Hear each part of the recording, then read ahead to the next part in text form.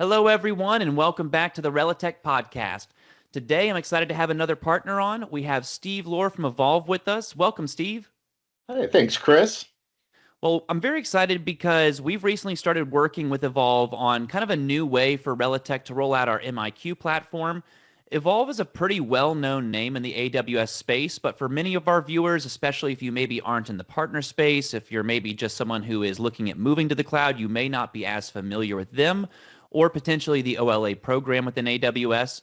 So that's going to be our topic of discussion today. So Steve, I'll let you take it away. Tell everyone a little bit about yourself. Yeah, thanks, Chris. So, Steve Lohr, CEO and founder of Evolve Cloud Services. As you mentioned, we really made our name for ourselves with AWS with a program they have. It's called the Optimization Licensing Assessment Program, or more commonly known as OLA. We've been around close to the inception of this. So the program started around 2019. Microsoft had made some licensing rule changes that affected AWS, and they started this program just to help navigate and inform customers around the licensing rules and how to optimize those costs. So myself, I had spent 15 years as a Microsoft partner at that point. It had some relationships that at Microsoft that had moved on to AWS. They reached out and said, "Hey, we could really use some licensing expertise as part of this program." So that's really where Evolve was born, really to help support AWS as part of that program.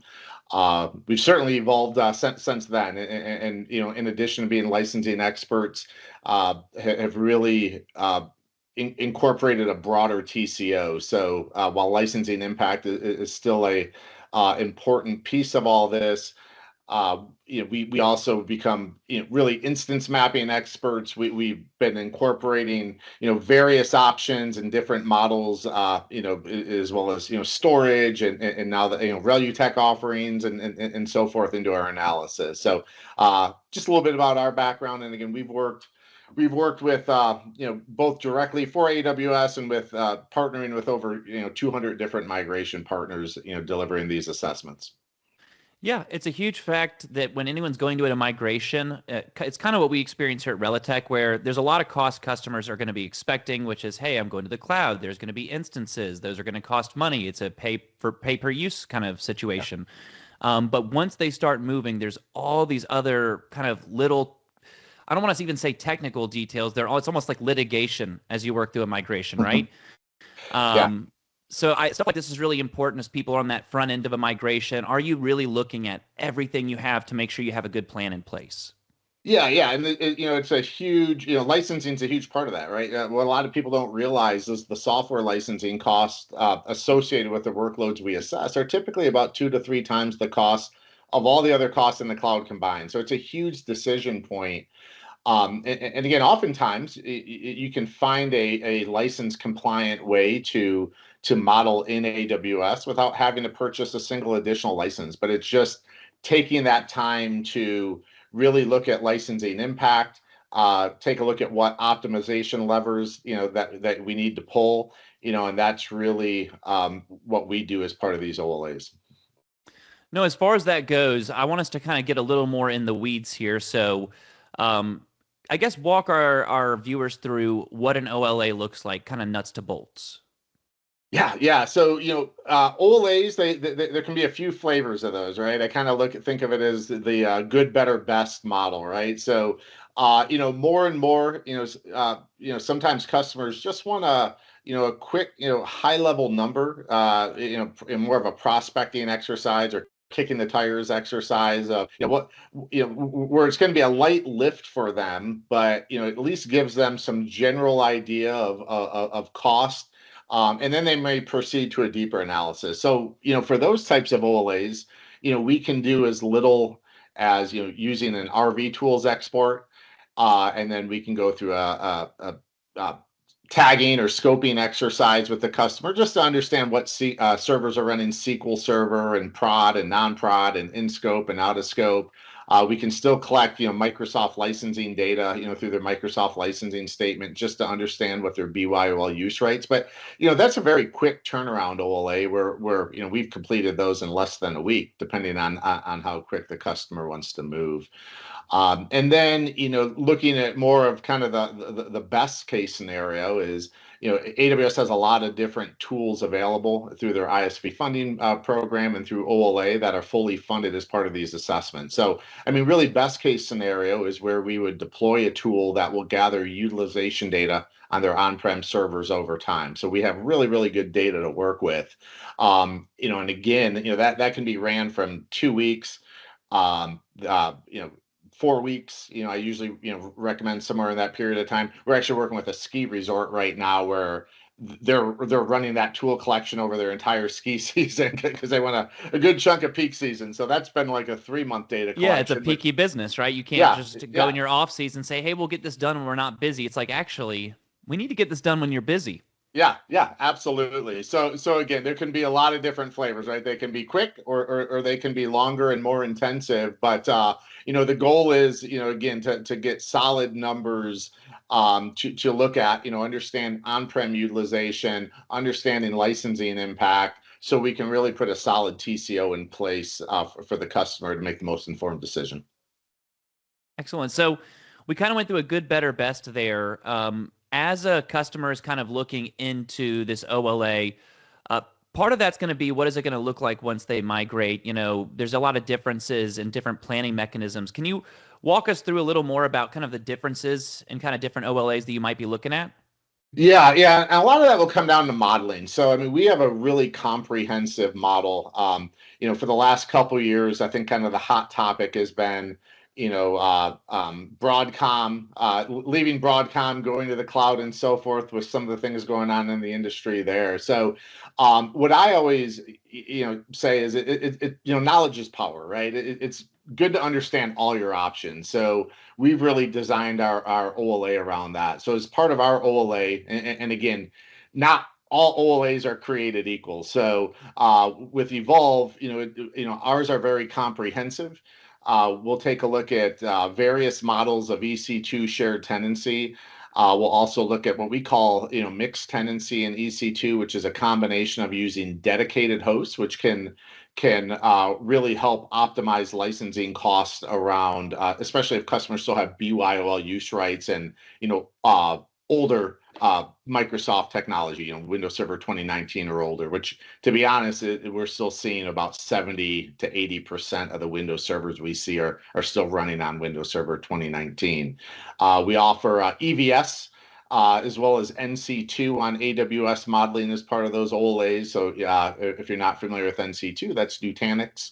Cloud clusters on AWS, which is really a growing motion for that customers are using that if they want to stay on a hypervisor technology, but moving away from Broadcom. We do RDS, so managed SQL modeling as well. We include end user computing. Often that's a forgotten area, right? When people are looking to leave Broadcom, they may be running Horizon or something like that, and they just need to understand their end user computing options and licensing ramifications there. And then we also include, a few other things. So we include storage assessments. So for a long time with OLAs, it was really focused more on compute and licensing and not so much on storage, but storage could be a huge cost and a lot of area to optimize. So we're now including storage assessment add-ons as part of the OLA. We do estimated VMware or Broadcom renewal pricing, and now we're adding ReluTech quotes, which again, which I know we'll probably talk on here in a bit, but certainly with the state of the industry and increasing hardware costs and chip costs, it's a great time to include those, and we're seeing a lot of customers ask for that. No, and that's the important thing for people to consider because they might wonder, my environment's unique and my plans are unique, and that's kind of the point, right? We want to make sure that we're understanding, okay, here's where you're coming from and trying to go. How can we give you the best plan to succeed? Obviously from where you're going, but also how are you kind of taking advantage of any cost savings benefits and things along the way so that you're not kind of achieving those too late. Yeah. Now, I guess from another perspective, when an OLA is being pushed into a migration, obviously there's impacts on that migration. Do you have any kind of like numbers behind how this can impact, the acceleration of a migration or the cost benefits of a migration?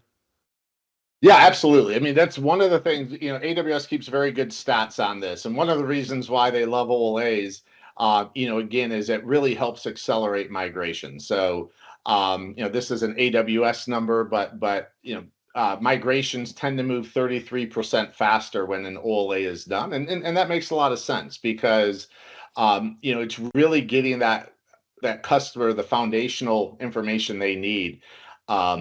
Pricing, true utilization, instance mapping, depending on, if a tool is ran and what tool, it can also give you things like application dependency mapping. So when you do move to that migration, you already have that in place for the migration partner to do that wave planning. So, it really, helps move the needle and again, allows the customer to make informed decisions.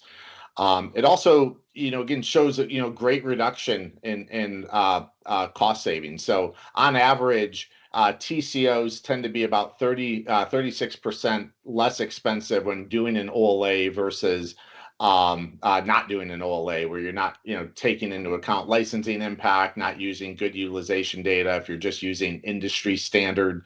So again, a lot of great information that goes into those and really helps accelerate migrations both for AWS, for partners, and the customer. Yeah, and that's really what I wanted to dig into, just because we were talking about how important licensing is for your total cloud journey. And what we're effectively saying is that not considering it is going to slow you down by a third, and it's going to add a third to your cost effectively. And that's a huge number when it comes to a migration. Yep. So obviously that's kind of the more generalized number. Do you have any kind of real world examples we can run through of what this might look like for some different environments to be able to look at this and figure out what's going to work best for them? Yeah, absolutely. And again, we keep very detailed stats. So Evolve has delivered a little over 4,000 AWS funded OLAs since 2020. So we've done a high volume of those. And as part of that, we keep, very, very detailed stats. So, on average, when we take a look at an on-prem customer and we model them in AWS, we're typically able to get 45, or on average, 45% savings in SQL licensing costs and 77% on their Windows Server licensing. The other big thing with that, again, is validating BYOL use rights and taking all that into an account. Another key piece is just around SQL licensing. What a lot of people don't understand is if you typically if you're on-prem and you're using like VMware or Broadcom, you're doing host-based licensing for SQL Server. So you're isolating your SQL servers to particular clusters. You're licensing the physical cores of those hosts using SQL Server Enterprise, and that covers all the SQL licensing on that host. When you move to in a lot of models, say like an AWS shared tenancy, you're breaking that host-based licensing, and now you're going to a per server licensing model, where you're having a license, each SQL server by vCPU. Microsoft requires you to do that at a 4 vCPU minimum. And what we find is customers don't have enough licensing today to support that. So what we find is 65% of the time, if a customer is compliant today on-prem, and if they were to simply right size and move to EC2 shared tenancy, it's going to create a $1.4 million SQL licensing shortage on average. But the silver lining in that is 87% of those cases, Evolve's been able to create a license compliant model for SQL in AWS, where the customer hasn't had to purchase a single additional licensing. So I can certainly illustrate that as well.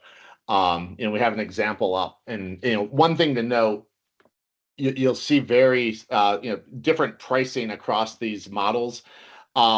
It's truly a case by case basis. So just because you're seeing shared tenancy more expensive in this particular model, that's not always the case, and that's why it's so important to evaluate all your options, because it's going to be different for every customer based on what they have deployed, what they own from a licensing perspective, and so forth. But for this particular example, if you're just looking at the cloud costs, EC2 shared tenancy is just under or $8.2 million. There's a 7A model, so it's a in where we can leverage certain AMD instances that can help optimize SQL costs. In this particular case, it was very advantageous. That cost dropped down to 6.8 million.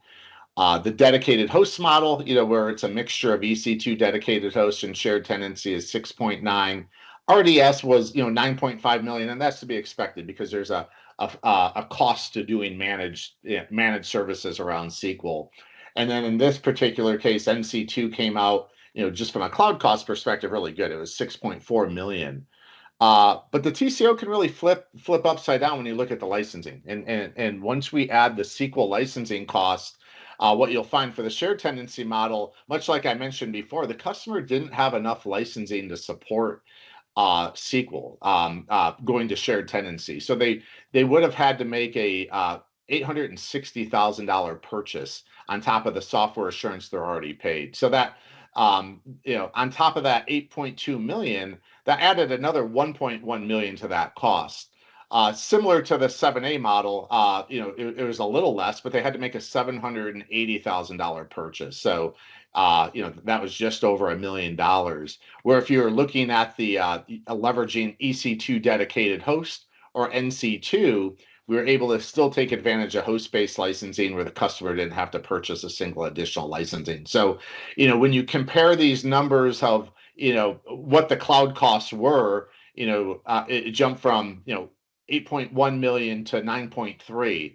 But then when you look at NC2, that went from 6.4 to 6.7. So again, it's the licensing impact can really play a huge role. And again, I do want to stress, this isn't mirrored across every case. It truly is a case by case basis. So the only way to truly understand how it impacts you as a customer is to really do an analysis like this to look at all the options. Yeah, I mean, as far as it goes, it's going to depend on everyone's environment for what makes the most sense. In this case, their first initial instinct of NC2 maybe being the most affordable, that did hold true.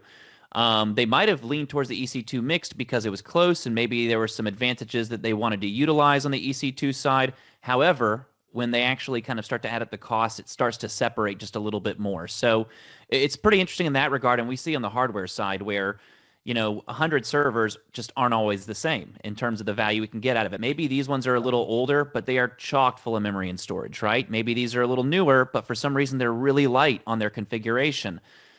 It's just not the same 100 servers effectively.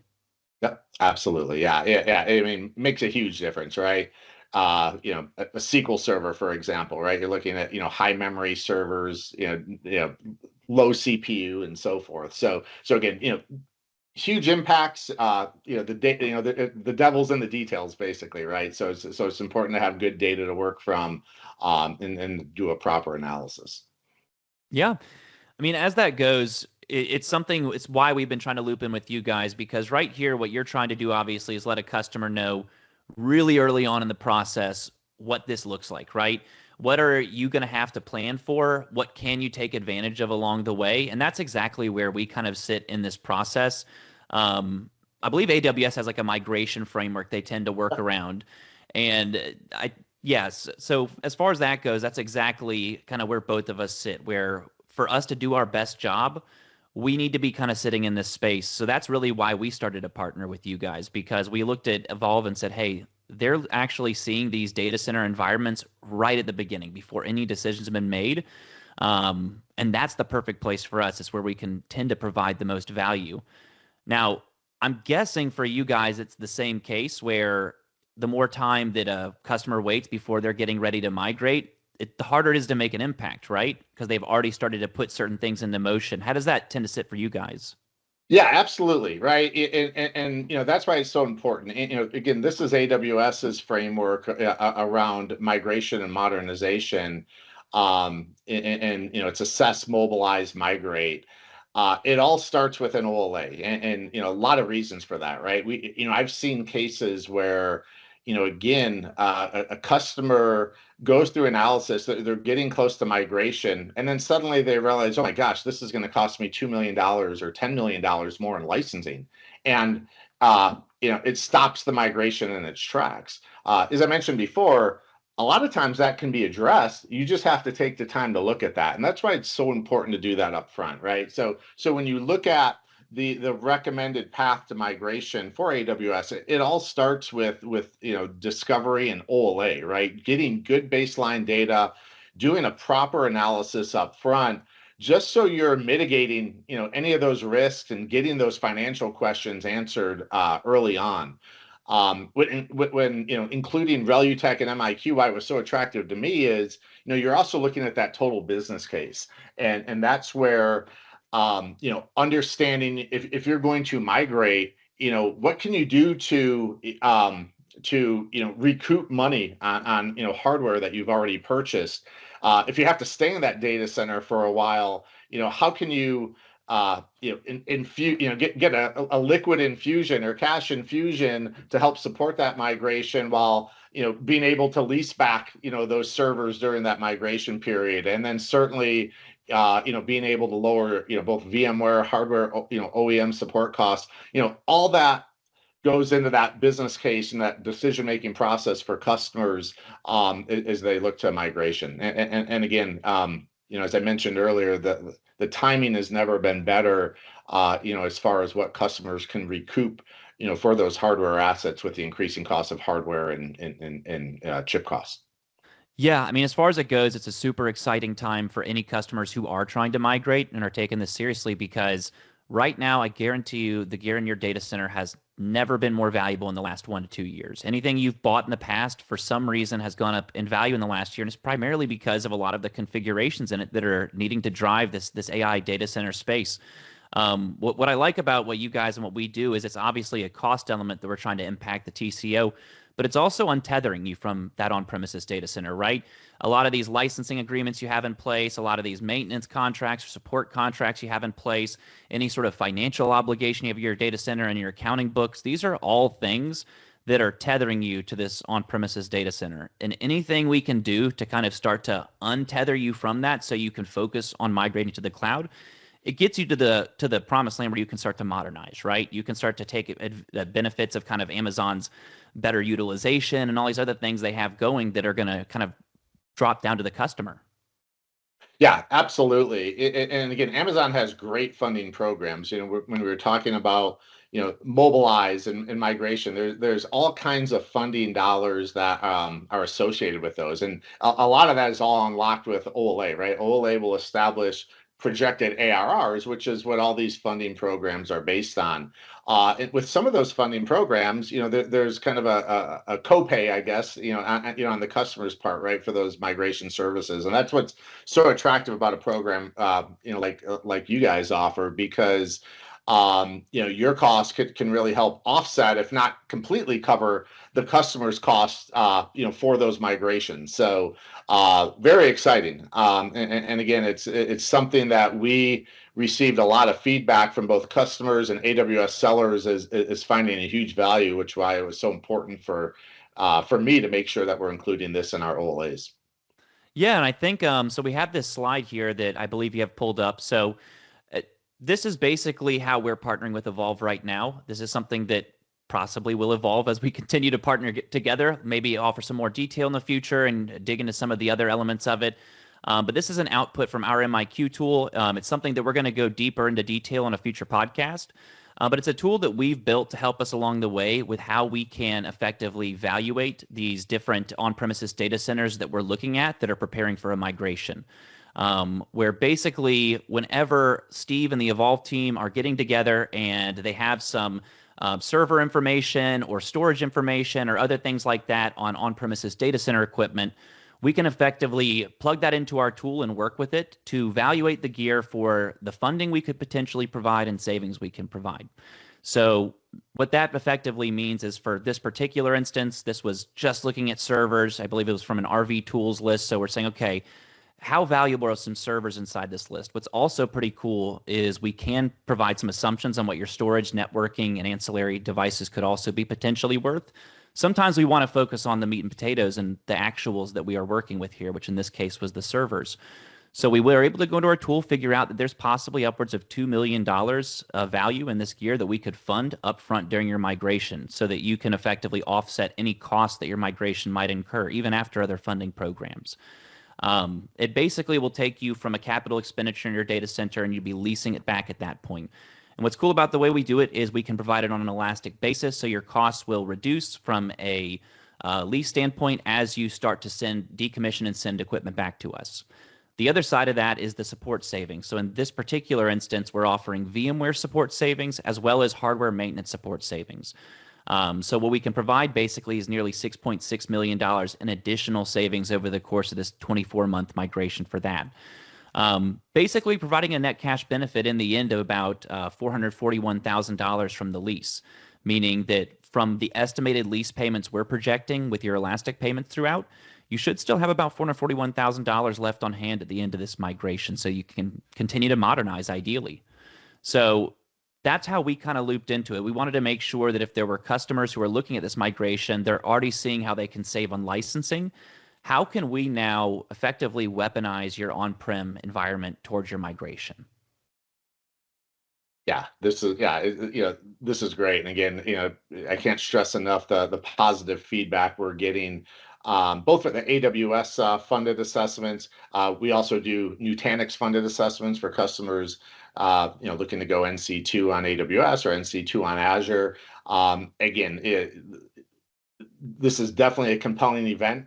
I kind of liken this to during COVID, right, where I could have sold my car I bought 3 years ago for more than I had paid for it. Very similar. And again, I don't know how long this is going to last, but it's a great time to take advantage of the increased revenue you can drive from your existing hardware assets. It really is the time as far as it goes. I know for a lot of customers, they've experienced a lot of unexpected changes in the tech industry over the last half to full decade, effectively.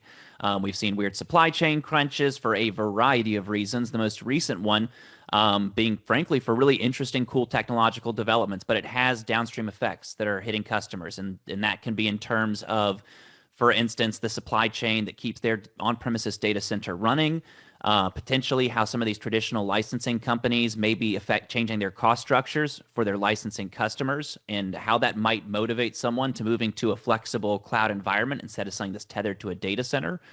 The fact that power is even getting more expensive if you are running it on something besides your own grid. So it's a very interesting time, I think, for tech companies, but potentially one that could be fortuitous if you are motivated to migrate. And kind of wrapping up here, let's kind of get into the details of how customers can work with you guys. Now, Steve, how can a customer engage Evolve for an OLA process? I know you mentioned that sometimes people are just in that early kind of figure out what I even have going on kind of stage. Other people are really trying to actively plan. How does that work from your end? Yeah. I mean, you can always reach out. We do have an email alias, ola@evolvecloudservices.com. So, if there's ever any inquiries, you can certainly also find me on LinkedIn and connect, multiple ways to get in touch with us. But again, all these programs are fully funded. Again, it can be different options. If you want to do a quick exercise with something as simple as RV tools, if you want to do a more in-depth analysis and run a tool and get good utilization data to work from, we can work with any of those options. So just reach out. Again, all of this is fully funded. Both the assessment, any tooling that is used, all that is fully funded through AWS.